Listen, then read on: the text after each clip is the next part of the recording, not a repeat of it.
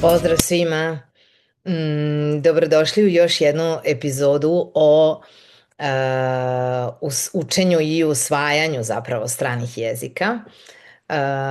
Ja se zovem Ivana i predajem preko 20 godina, da ne idem u detalje, šalim se.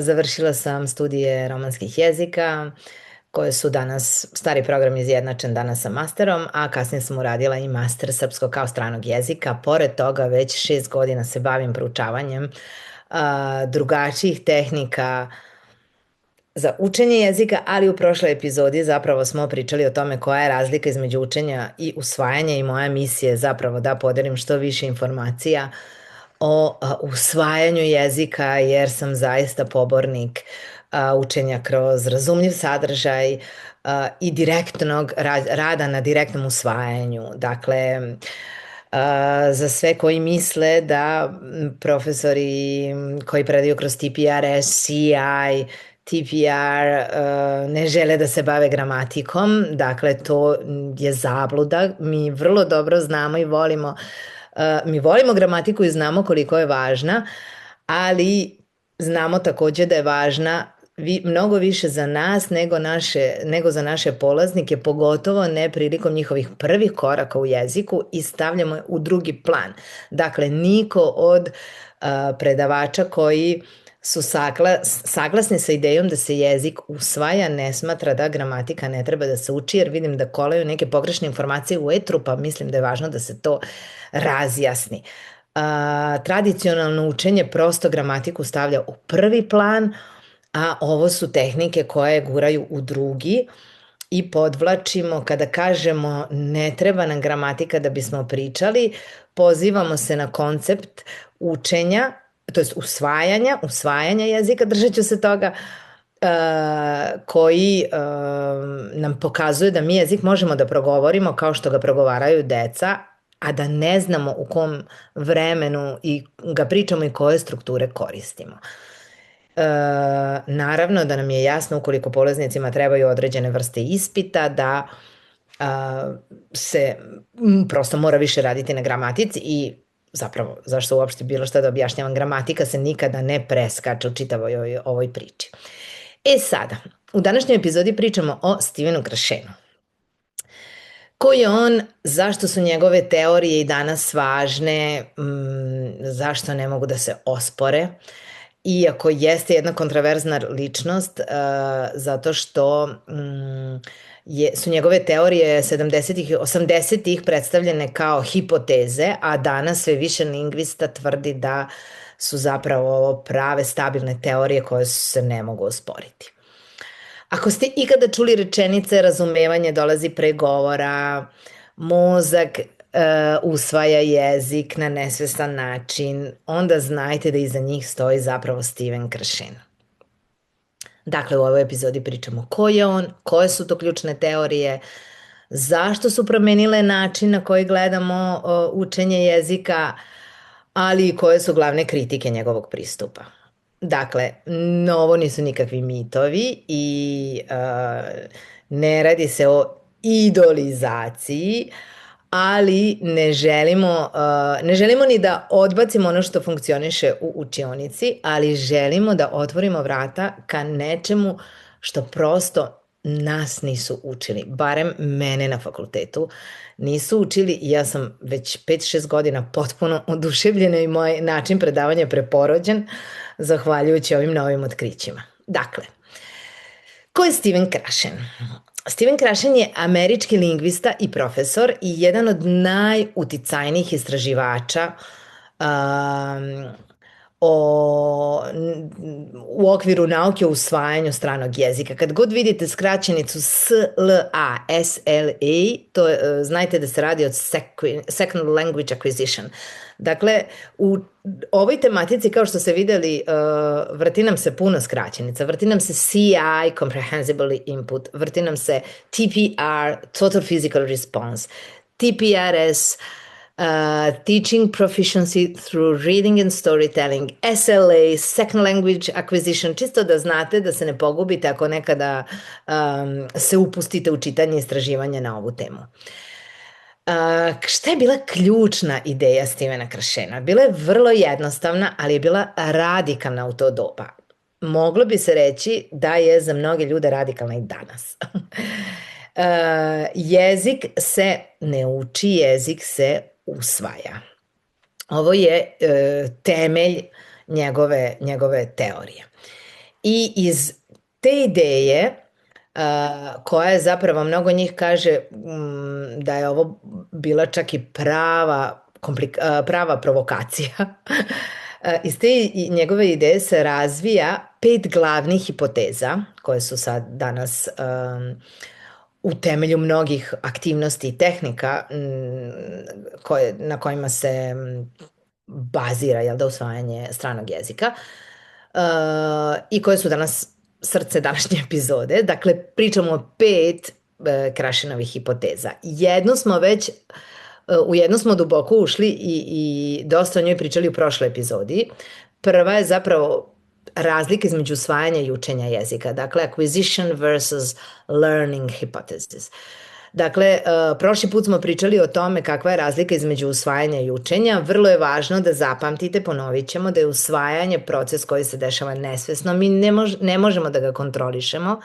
Dešava se prirodno, ne možemo da ga isforsiramo i dešava se kroz razumevanje poruka. Učenje opet je svesno. Dakle, vi sedite i učite, trudite se da nešto zapamtite, ponovite, razvijate svesno, jel tako, tehniku učenja. Učite kroz pravila, ne učite kroz gramatiku, što je opet, kad da kažemo da je usvajanje prirodno, ovo je nekako veštački način, jel tako? I ne učite kroz razumevanje, nego učite kroz objašnjenja. Dakle, s jedne strane su nam nesvesno, prirodno usvajanje kroz razumevanje poruka, s druge strane su nam svesno učenje kroz gramatička pravila i kroz objašnjenja. Nadam se da vam je jasno zašto su ta 2 puta vrlo različita. Prvi put je onaj na koji uče deca, jer da niko ne mora detetu da objasni u kom vremenu treba da priča ili da mu objasni kako nešto funkcioniše. Dok kad tradicionalno učimo, mi smo navikli da nam se mnogo objašnjava, da nam se serviraju pravila i strukture i da mi onda njih ponavljamo i kroz njih učimo. Tako da to radimo vrlo svesno. Po Kršenu samo usvajanje vodi do tečnog govora. Učenje može da pomogne, ali ne i da proizvede jezik. I ovo je jedna vrlo važna ideja, vrlo važan koncept, zato što je to nešto što mi svi viđamo u našem školskom sistemu, kroz učenje, ja sam to viđala kroz učenje kakvim sam se, to je predavanje kakvo je moje bilo u početku. Ja sam imala đake koje sam dugo učila, ali nisu tečno progovarali i vidim zapravo zašto sam ovoliki pobornik, zašto trubim stalno ovim temama, zato što sam zaista videla i volela bih da u ovaj podcast počnu da dolaze isto đaci i kolege s kojima bih mogla da razmenjujem ideje i da delimo ono što smo iskusili, ali, na primjer, moji učenici vide tu razliku i vidim šta može da se desi posle 6 meseci ili godinu dana učenja kroz comprehensible input u poređenju sa znanjem i oslobađanjem koje se dešava posle 6 meseci ili godinu dana učenja kroz tradicionalne metode, je li tako? Dakle, znači, u prošloj epizodi možete detaljnije da čujete o razlici između učenja i usvajanja jezika, ali poenta je ta, znači jedna stvar je prirodna i nesvesna, druga je veštačka, odnosno forsirana i svesna. Ovdje ćemo samo dodati mnoge stvari da znate nekada koliko nam je jasno sve kada čujemo, na primjer, ja trenutno se borim sa nemačkim. Meni je sasvim sve jasno kada mi neko ispriča i koji su nastavci zadativi, koji su zakuzativi, kako se menjaju pridevi ispred imenica i članovi i svi zajedno i kojim redosledom. Ali kada dođe moment da ja to moram svesno da upotrebim u trenutku, ja se zapetljam i ne znam da upotrebim to, iako teoriju znam, zato što nisam to usvojila. Dakle, to je zapravo najopipljiviji primer kako funkcioniše usvajanje nasuprot učenju. Druga hipoteza je hipoteza o monitoru. Ko je taj monitor? Monitor je kao neki kontrolor u našoj glavi. Dakle, naučena gramatika, to što smo mi naučili, ojačava našeg takozvanog monitora, našeg kontrolora koji ima ulogu korektora. Dakle, on u procesu razmišljanja zapravo ono što radi, pre nego što mi izbacimo rečenicu, prolazi kroz njegov filter. On razmišlja da li je ta rečenica pravilna ili nije, koči nas da spontano izbacimo rečenicu, jer vi kada pričate, ja sada kada pričam, ja nemam vremena da razmišljam da li ću ja nešto pravilno ili nepravilno reći. I sada kada bi ove podcast epizode neko potpuno gramatički izanalizirao od kada sam počela, sigurna sam da bismo našli da bi ta osoba našla gomilu grešaka. Zato što mi kada pričamo, naš monitor je utišan jer je ovo naš maternji jezik koji smo prirodno usvojili na nesvestan način i ne razmišljamo o konstrukcijama. Kada pričamo ne opterećujemo se, tako da je on utišan.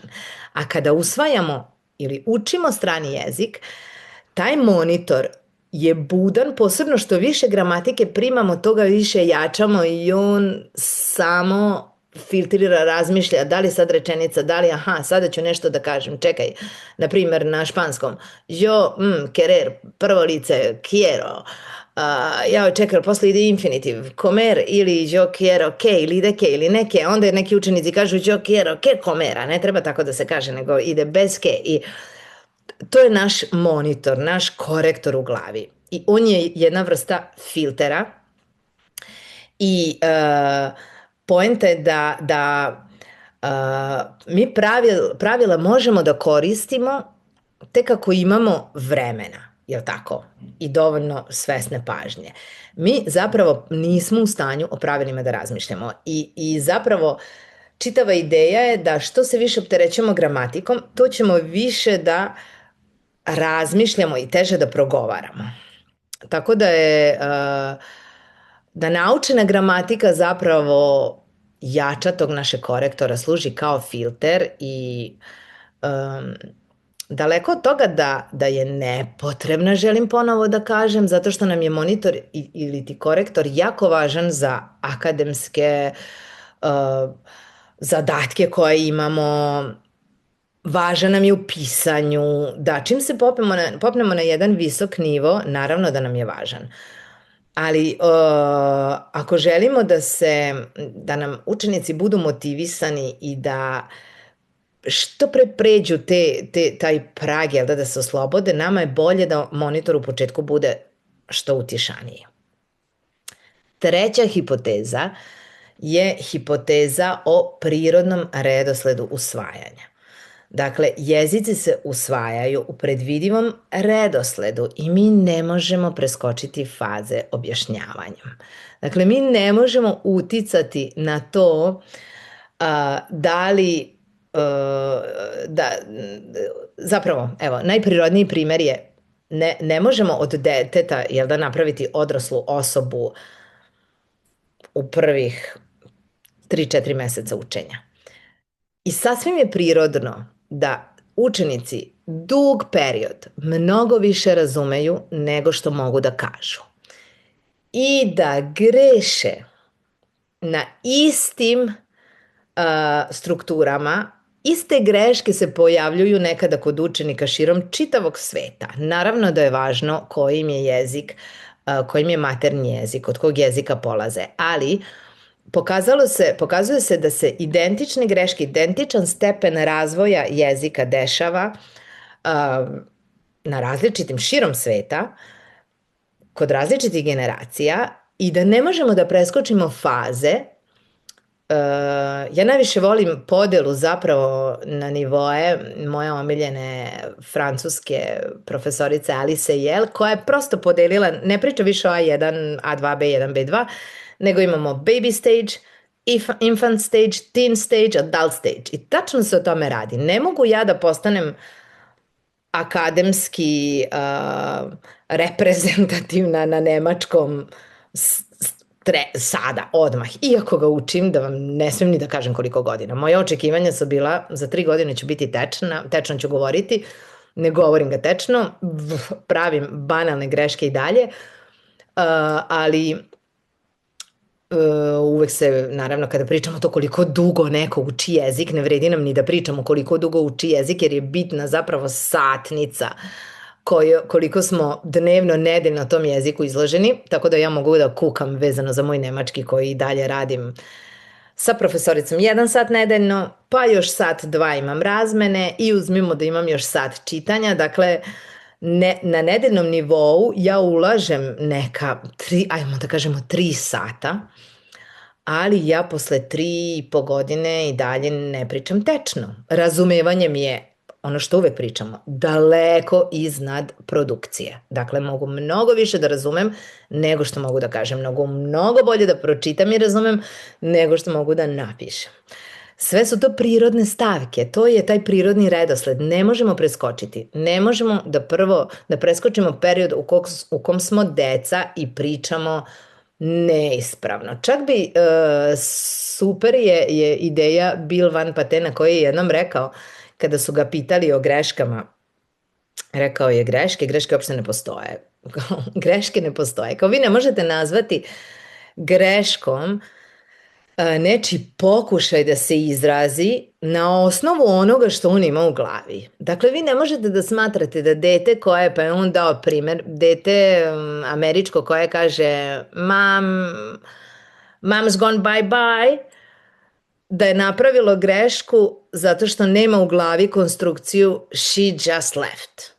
Dakle, to nije greška, to je samo pokušaj reprodukcije onoga što dete u glavi ima. I meni je zapravo ovo jedno od najboljih objašnjenja vezano za greške. Dakle, ne postoje greške. Ne postoje. Postoje pokušaji koji će se ispraviti i mi smo zapravo ti koji treba da navedu naše polaznike da dovoljno puta čuju konstrukciju koju nisu usvojili. Tako da treća hipoteza je ta da mi zapravo ne možemo da preskačemo stadijume i niko vas neće naučiti jezik. Niko vas neće naučiti jezik. Profesori vas ne uče. I to je nešto o čemu treba zapravo, jedan od mitova koji treba da razbijemo. Mi pomažemo da usvojite jezik. Četvrta hipoteza i najpoznatija, takozvana input hypothesis, jel da, je temelj, znači hipoteza o inputu, sadržaju. Input je ono što ulazi, jel tako? Output je ono što izlazi, ono što mi proizvodimo, input je ono što ulazi. Najpoznatija hipoteza je zapravo input hypothesis, hipoteza o inputu, o sadržaju i na njoj je zasnovana čitava filozofija o razumljivom sadržaju ili ti comprehensible inputu, i koji zapravo čija polazna tačka je ta da mi jezik usvajamo kada razumemo poruke koje su malo iznad našeg trenutnog nivoa. Znači mi poruku koja nam se daje smo sposobni da razumemo iako ne razumemo sve reči. Što znači da mi nećemo jezik usvojiti kroz gramatičke drilove i ne kroz vežbe, zato što vi kada ispunjavate vežbe, kada vežbate kroz rečenice gde ispunjavate kao ubaci glagol u određenu formu, jel da, fill the gaps. Kada radimo 1000 tih rečenica, da, mi se treniramo, to su takozvani drilovi, jel tako, mi učimo gramatiku, učimo da menjamo oblike, ne mogu vam opisati kakvi su naši kolokvijumi bili na fakultetu, na francuskom, kada dobijemo čitav kolokvijum, recimo, i bukvalno 2 strane izgledaju ovako, ne znam, glagol, uzmimo prendre, uzeti, 3. lice jednine. I sad ti moraš da ga upišeš. I što pre tako na svaki glagol dobiješ lice i da, i vreme, i u, ne znam, prezentu ili pase kompozeu u nekom vremenu. I dakle, vi treba da toliko se automatizujete da izbacujete te forme zahtevane, jel da, pri kolokvijumu, ali bukvalno izađete na ulicu ili uzmete, izvučete jednog od studenata I, na primer, krenete u razgovor sa njim, što se meni dešavalo na drugoj, trećoj godini. I shvatim da ne mogu da prizovem formu kad mi treba. Ne mogu tečno da je izbacim. A znam da ih kao drill, potpuno mogu da ih menjam, konjugacije, ali kad treba da ga ubacim u kontekstu rečenicu, recimo ne mogu, zbunim se, ne mogu da se setim, promašim. O da. Tako da, ova hipoteza zapravo podvlači da je suština u poruci. Suština je da mi razumemo šta nama neko želi da kaže i da mi želimo njemu da odgovorimo. Dakle, ili ovo je sad bila greška, zato što on uopšte ne potencira output. Doći ćemo do lingviste koji potencira output. Kod Krašena input. Ne moramo da želimo da odgovorimo. Želimo da razumemo. Želimo da razumemo to što čujemo. Želimo da razumemo to što čitamo. I taj sadržaj, osim što treba da bude razumljiv, treba da bude bogat, pun reči, ali ne prepun reči koje mi ne razumemo, da ne možemo da ga razumemo. Nego da bude pun reči, a da nepoznatih bude tek toliko da nam ne remeti razumevanje poruke. Tu je umetnost stvaranja ovakvog sadržaja. A povrh svega, taj sadržaj treba da bude zanimljiv. Jer mi ne učimo kada nam je dosadno. Mozgu, kada je dosadno, mozgu se spava. On tada ne uči. Mi učimo kada nam je sadržaj zanimljiv. I iz ovog koncepta se razvijaju TPRS, story listening, storytelling, čitave CI učionice i tehnike koje danas koristimo da bismo podstakli učenike da usvajaju jezik i proizilaze iz ove hipoteze. A peta je hipoteza o afektivnom filteru. Šta je afektivni filter? Dakle, afektivni filter je naše propuštanje emocija. Emocije su takođe jedna od najvažnijih stvari prilikom učenja ili usvajanja jezika. Zašto? Zato što mogu da nam otvore vrata za usvajanje ili da ga blokiraju. Kada je visok filter, mi smo pod stresom, živimo u strahu od greške, plašimo se da izgovorimo nešto da ne bismo zvučali smešno, živimo pod pritiskom da treba da govorimo savršeno, a kada spustimo afektivni filter, tada smo sigurni, opušteni, radoznali i prepuštamo se jeziku bez razmišljanja i straha da li će nas neko ispraviti, pogrešno razumeti, pogledati ovako ili onako. Pomireni smo sa tim, sa idejom da smo mi prvo u jeziku deca. To je ono, znate, kada pričate neki strani jezik i razmišljate, jaj, kako sam ja na ovom jeziku, dobro, ružno je reći za sebe, jel da, glupava, a na maternjem sam tako pametna i duhovita. Da, to su stadijumi koji su prirodni i moramo ih prihvatiti. Moramo ih prihvatiti da bismo ih prevazišli.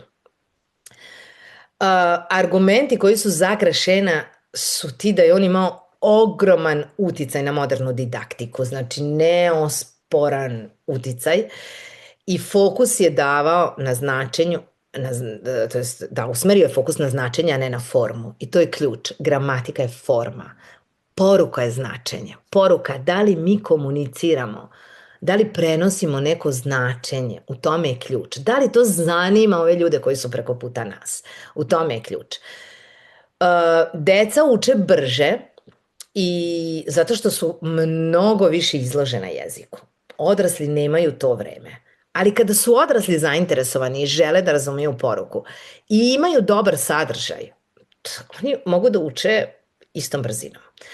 I argumenti protiv su često bili ti da su njegove teorije teško empirijski dokazivane i da su previše opšte i da se zanemaruje output, pričat ćemo posle ko se zalagao mnogo više za output, da učenici imaju korist ipak ako se fokusiraju više na formu, to su uvek branili, jel da, nastavnici tradicionalisti, da, koji su sami tako učili. I svi mi smo zapravo tako učili i da input nije sam po sebi dovoljan. Ali novije istraživanja ipak dokazuju i važnost interakcije i povratne informacije i primećivanja forme, ali zapravo, kako se kaže, razumljivog sadržaja, to je nepobitno. Tako da bi zaključak mogao biti Kraše nije naše sveto pismo, ali nije zastarela teorija, nego je postavio temelj i fokus je pomerio sa onog što objašnjavamo na ono što učenik razume. Hvala na slušanju, hvala što ste bili tu i svakako nastavljamo dalje sa uranjanjem u ovu tematiku. Vidimo se u sledećoj epizodi. Pišite šta vam se sviđa, šta vas zanima i ako ste za bilo kakvu razmenu. Ćao, čao! Pratite me na Stressless Language Learning na Instagramu i ovde na YouTube.